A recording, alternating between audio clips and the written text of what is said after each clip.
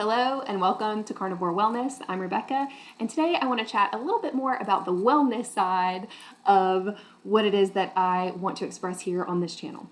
So, while I do that, today I'm going to talk about mental health and how I have been able to improve and maintain better mental health over the last 8 or so months. Yeah, about that long. And it is really all on the foundation of enjoying a carnivore diet. Without that, I would not have the mental clarity, the capacity to process and understand and be present with myself, that, all these things that it takes for me to be in a place of good mental health. I just want to share a phrase that I found really impactful. And I'm going to tell you, the first time I heard it, I didn't want to accept it. I kind of heard it, tucked it away, didn't want it to apply to me. But the phrase is, what you're tuning to, you're turning to. And I'm sure you've heard people say similar things, things along the line of, if you show me who you're following on your social media accounts, I can tell you what kind of life you're living. The top 5 people that you hang out with, you're more likely to grow into being more like those people than you are to grow outside of those people. So, be careful who you keep close, because those people will influence how you express yourself in the world too. So what you're tuning to, you're turning to. Why did that phrase bother me when I first heard it? Well, I was scrolling social media. I was lost in the sea of endless scrolling and mentally checking out, and because we've all been there. We have these devices at our fingertips. The dopamine hit that we get from the way that these programs are designed for us as we interact with them is ripe for us to kind of get lost in this void of just being sucked in, and we lose track of time, and we get stuck in these places of endless scrolling or endless consumption of content, some of which is very beneficial and positive, some of which is designed to breed chaos and fear and a dysregulated nervous system. So that's where I kind of want to shape this conversation around the limbic system and how we need to make sure that what we're consuming, not just the food, but what are we consuming mentally and emotionally as well, because that affects our limbic system. Carnivore is great in that it reduces inflammation. That limbic system can calm down. Our bodies can go back to a place where they feel safe, where healing can occur, where emotional and personal growth can occur. But if that limbic system stays inflamed because we're constantly consuming content that is designed to bring chaos and fear into our lives, then we will not experience the full expression of all that we can when we heal on carnivore, or whatever modality works for you in healing.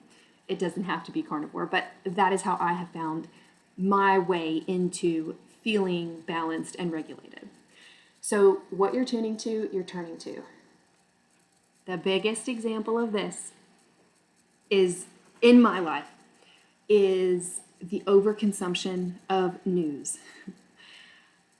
I don't have to say much more than that, because you could live under a rock and still know that there is an obscene amount of chaos in the world, that what we see in the news, the headlines are there to grab you, to pull you in, to, mislead you even, and we're all susceptible to it. Even if you try and block out everything. I mean, really, you'd have to live under a rock to not know that there are a lot of chaotic things that are brought forth and shared via the news.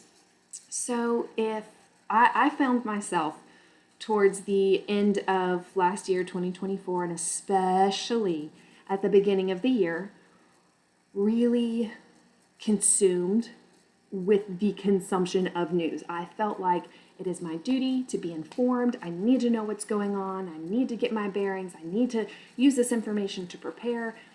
And while it is good to be informed, and while it is good to have a pulse on what is going on in the world so that you can be prepared, I was coming to that information out of fear.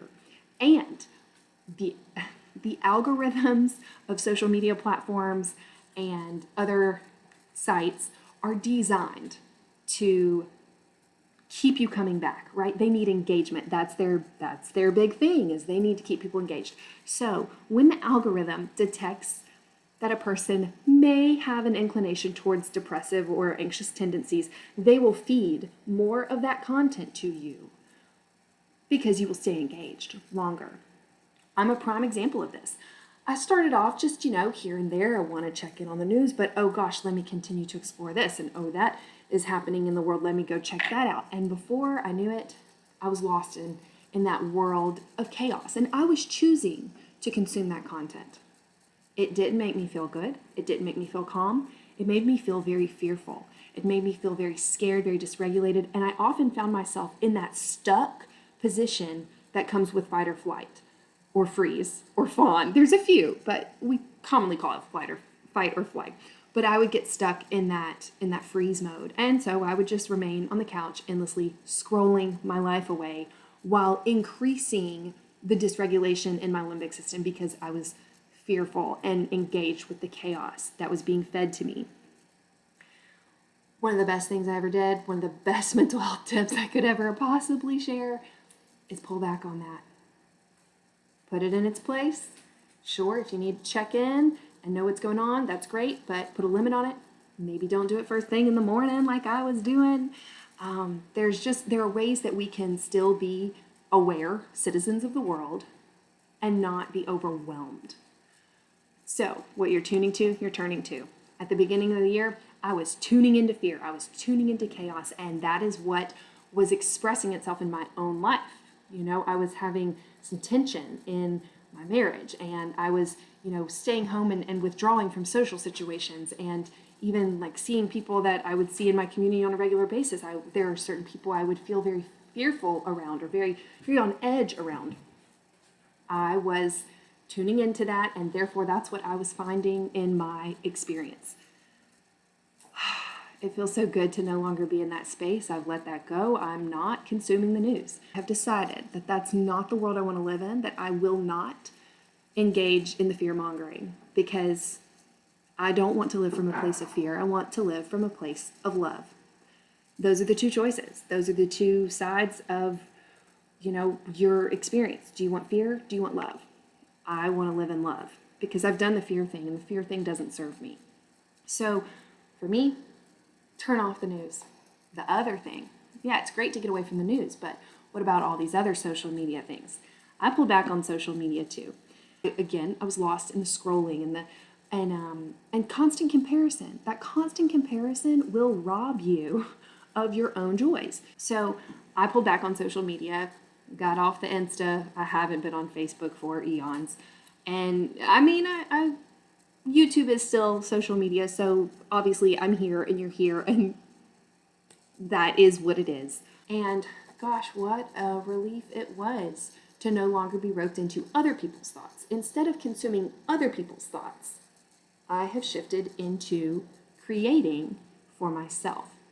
And this insight was brought to me by my wonderful sister. She, at this time when I was lost in the chaos, lost in the fear, she said, you can choose what you consume, but either you're consuming or you're creating. And while you're consuming, you cannot be creating. Well, the creating is where you express yourself. That's where the goodness comes from. That's where your full potential is realized, is in that creation. So quit consuming and start creating. Easier said than done, but making small shifts, becoming aware of my consumption was, again, the start. Awareness is so key. Just start where you are, and that starts with awareness. So in realizing that I was, really going down this path of consuming content that was not beneficial for me, I had to take a step back. I wasn't quite ready to create, though. Sometimes it's hard to create if you still are feeling in that lower state. And I was there for a while. It took a while of breaking habits, of getting off the news sites, getting off social media, allowing myself to look out into the real world, and instead of seeing fear and danger around every corner, to start seeing love and hope and connection awaiting around every corner. That transition took a little time. During that time when I was off social media and no longer consuming the news, I listened to a lot of music on Spotify, and I would find songs that I'd like via their weekly Discover playlist. They kind of feed me with an algorithm, songs that they think I might be interested in. So I listened to these songs, and I did set a requirement that if I was going to add that song to my liked list, something that I would go back and revisit and listen to again, it had to carry an overall positive message. So I'm not putting songs on there of cheating exes and spouses, of, chaos division, or someone who's having the melancholy feels. Even if I like the song, even if it's catchy, or, the voice of the person singing hits just right, if it didn't bring in a good message, if it would not uplift me subconsciously, then I didn't add it to the list. So now when I go to my liked playlist, it's curated with songs that all help me feel more in tune with myself and more in tune with the optimism and hope that I want to live by and embody. So the music was really helpful. It took a while, but after some time I started dipping my toe back into YouTube here and there. I'd watch I would listen to either some meditations or handpan music. I started with the handpan music. It's so relaxing and ethereal and just super calming. So the handpan music, and then led back into some meditations. I've dabbled on YouTube. It knows that I'm interested in some meditations or, some music that's at a certain frequency or something like that because it has some supposed benefits. So the YouTube videos, I had to be careful about which ones I clicked on, but by and large, the algorithm started feeding me things that were largely calming to my limbic system and helpful for maintaining, a more calm-centered way of being. So it's beneficial. And then the books, I often find myself drawn to reading a ton of self-help books. And I was reading a bunch of self-help books. I just decided I'm not going to read the self-help books for a while. There was actually a member in my community who said that he had started reading some classic books. He was reading like Emily Bronte and Jane Eyre and stuff like that and enjoying it. And I thought, oh wow, why don't I give myself permission to read books that are there as fiction for enjoyment? Maybe not those in particular, but I found my own little genre to dive into, and that was the retelling of ancient Greek myths from a different perspective than that which is typically brought forth. A lot of times these different perspectives brought forth a different side to the females that are in these stories, which I'm a woman, okay? So female empowerment, I'm all about it. And honestly, I need more examples of that in my life. I think many of us could use more examples of strong women who maybe go against the grain or have to stand up and face judgment or backlash for that, but continue to stand in their power. So I read several books where these authors have retold these Greek stories.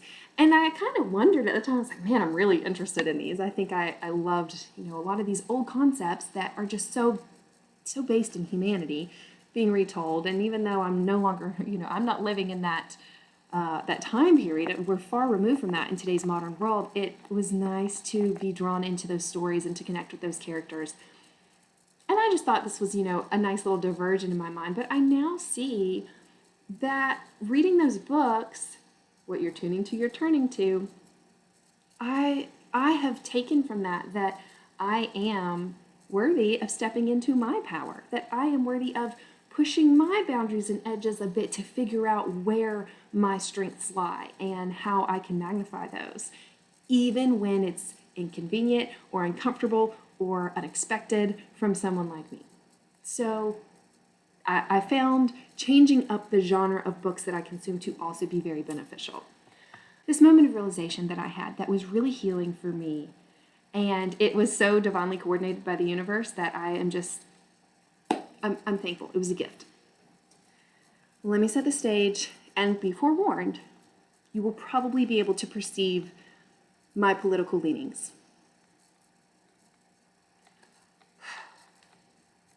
Early in the start of the year, I was going to the gym frequently, and there was a new individual who started showing up at the gym.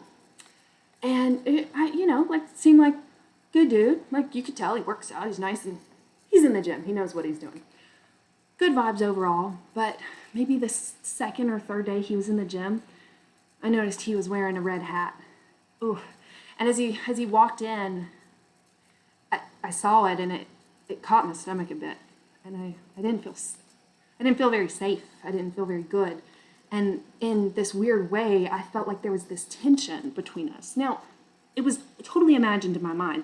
This man was nothing but nice to me. Not overtly or anything, but the casual, hey, what's up? Oh, good job, man. Like that kind of thing. But I just saw that difference, and I saw and I perceived this fear.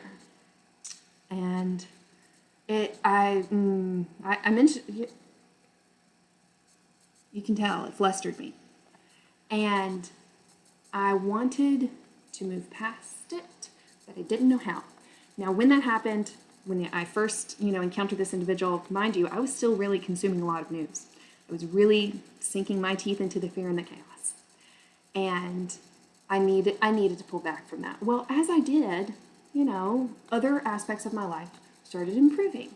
My husband even told me after maybe 2 or 3 weeks of me no longer tuning into the news, hey, I see a difference, and it's made our relationship better for you to not be consuming the news, because suddenly I wasn't enveloped in fear. I was instead able to explore these other aspects of love, hope, optimism, connection. I ran by Tractor Supply, and I got there just a few minutes before the doors opened up, and who do I see outside of Tractor Supply but that man? Well, I was in a new place. I was in a better mindset. I wasn't fearful. That seeing him did not make me fearful. If anything, it made me kind of curious. What's he about? What's he here? We're at the same place at the same time. It's not nothing. Maybe it's a little happenstance coincidence, but this could be aligning for a reason. Hopped out of the car. We still had 5 minutes or so until the doors opened up, and he was also standing outside waiting for the doors to open up. So I said, hey, yeah, I've seen you at the gym, right? He was like, oh, yeah, I've seen you there too. And we get to talking. I realize this man has a 40-acre homestead. He is, hardworking. He's kind. He has, had a gentle nature. He's showing me pictures of his beautiful longhorn cattle. And I realized I had perceived division, and I had perceived separateness where there really wasn't any. This is the kind of guy who, if I were neighbors with him, I'd be so thankful to be his neighbor, because when you know what hits the fan, that's the kind of person you want around. Somebody who works hard, who's kind, who is, genuine and just able to be part of their community. And that's the feeling I got from this guy when I took the time to get to know him. But it took me removing myself from the news and the chaos to then be able to approach this person and engage with them in a way that was open, as opposed to coming into that connection guarded and fearful. I came home and told my husband about it, and I was like, I'm just so thankful I had this experience, because I had talked to him about this, feeling of tension that I felt every time I'd see this man at the gym. And he said, I'm so proud of you that you've moved through that, and that you see that the division is not in an us versus them. It's that we're all connected, and that when we choose to see what we have in common as opposed to what we have, as our differences, then we're able to come together and see the value in one another and connect, and we can leave all that other stuff at the door. It doesn't matter. And so I still, to this day, I am very thankful to the universe that it orchestrated that moment of healing for me, because really it was kind of this little wound, this little sore spot that I needed to go back, and I needed to pluck out the cherry, the goodness of that life lesson. And so I'm really thankful I was given the opportunity to see that this man who I'd held so much fear about, because of the way I'd been consuming the news, that I didn't have to feel that fear. If anything, I feel nothing but love towards that man at this point, because I see him as a neighbor. I see him as a fellow community member who is just being himself, doing, living his life's passion, having his homestead, raising his beautiful, beautiful longhorn cattle. I'm so thankful that I removed myself from the fear and the chaos, and that I have allowed myself to move into that love and that hope and that optimism that now drives me to want to connect with other people, because now I don't see that division. I instead see and look for the connection. So what you're tuning to, you're turning to.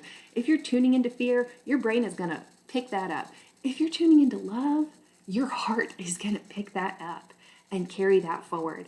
And it's such a better way to live. I feel so much better. And I'm at this place where my personal growth is kind of, I feel like I've just taken off on a rocket ship.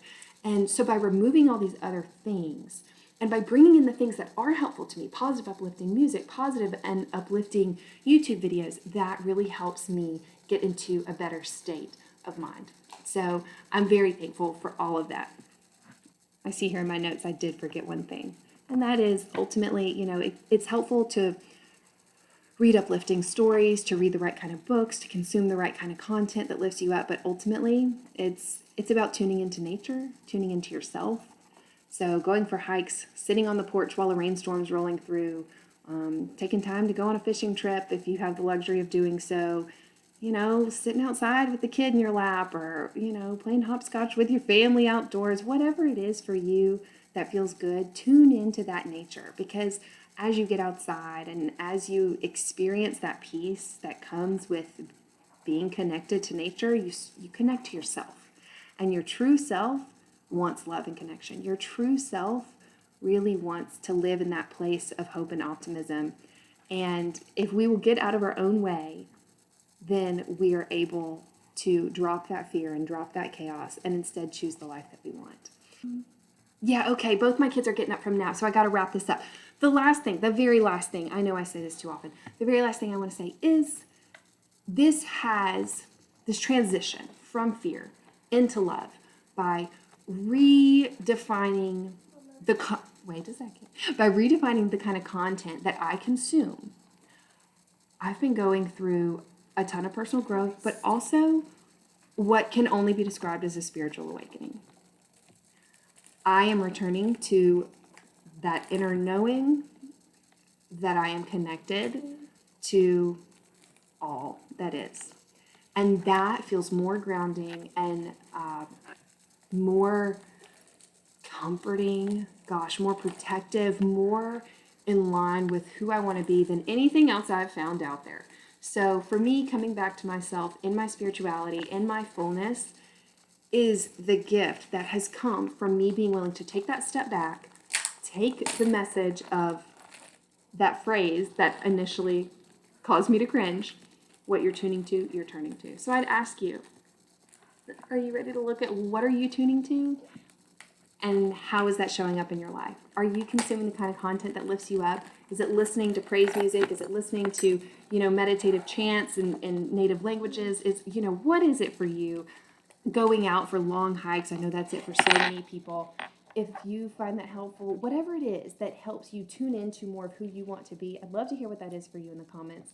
Share that below. Semi-carnivore related, but whether you're carnivore or not, I think it applies. We just have got to make sure that we are mindful of what we are consuming, both with food and all the other kind of content that feeds into our minds, hearts, and souls.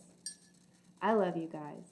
I hope that I'll catch you again on the next video. Hopefully I didn't scare you off, but if I'm not for you, that's okay. You don't have to like, subscribe or anything. But if you vibe with what I'm saying here, please, by all means, I would love to have you join my community if you'd like. It's a very small, intimate group of fellow meat-based eaters, who we just get together every Friday, 1 p.m. Eastern Standard Time, and chit-chat and enjoy each other's company. We'd love to have you in the Carnivore Wellness community if you feel like that would be a good fit for you. All you need to do is join the email list, carnivorewellness.kit.com. Put in your email and you'll get that email once a week so that you get the Zoom link to join the live meeting. I hope to see you there. I'll see you next time. Bye.